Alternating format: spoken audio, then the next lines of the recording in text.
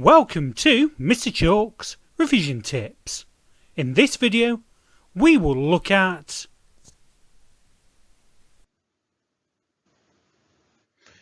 examples of evolution, and evolution trees.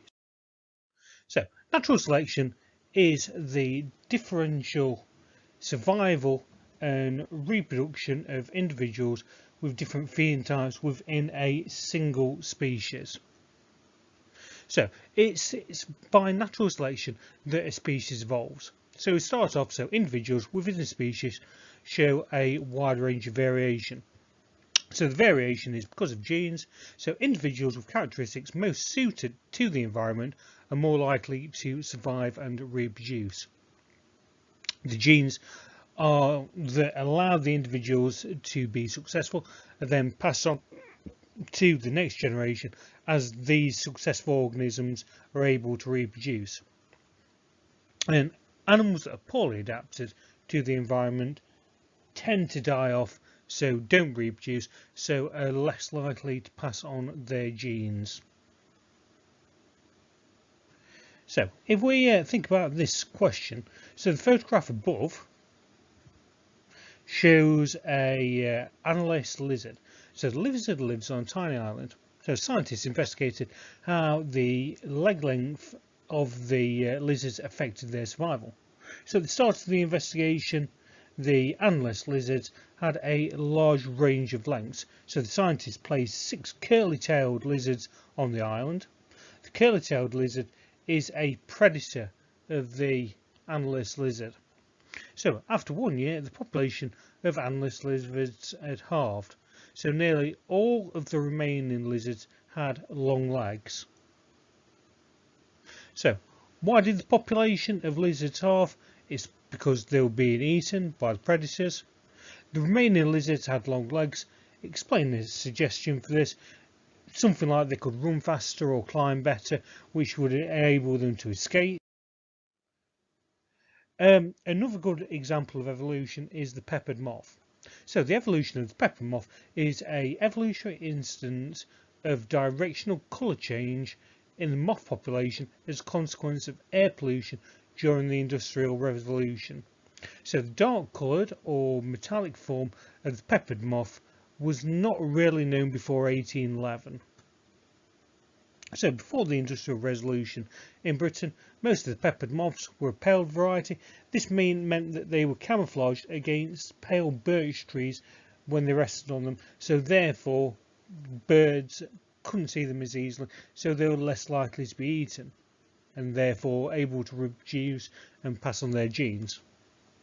However, when airborne pollution went and covered a lot of these trees in soot, the darker variety now became camouflaged, so they were the ones that weren't eaten, so therefore they reproduced and passed on their genes to look darker. Charles Darwin was the person who described evolution, and one species that he looked at were a group of finches that lived on a set of islands in the Galapagos. So Darwin's study revealed that the finches had a wide range of variation in their size, beaks, claws from island to island. So the finches' beaks differed depending on their local food source. So Darwin concluded that because the islands were distant from the mainland, the finches that had arrived there had changed over time. So the pie chart below shows information about 10 finches.